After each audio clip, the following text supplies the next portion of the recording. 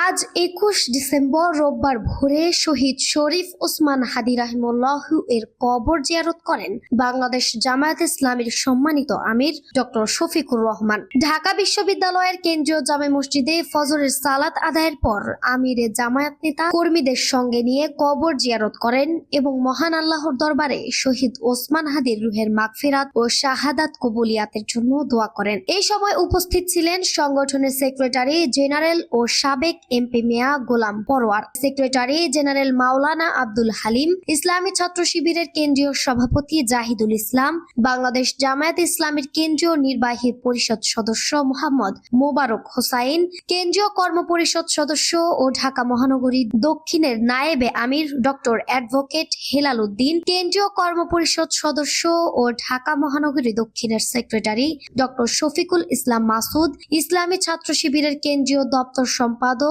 সিবগাতুল্লাহ সিবকা, ডাকসুর ভিপি সাদিক কায়েম, জিএসএসএম ফারহাদ সহ জামায়াত ইসলামী ও ইসলামী ছাত্র শিবিরের কেন্দ্রীয় ও মহানগরী নেতৃবৃন্দ।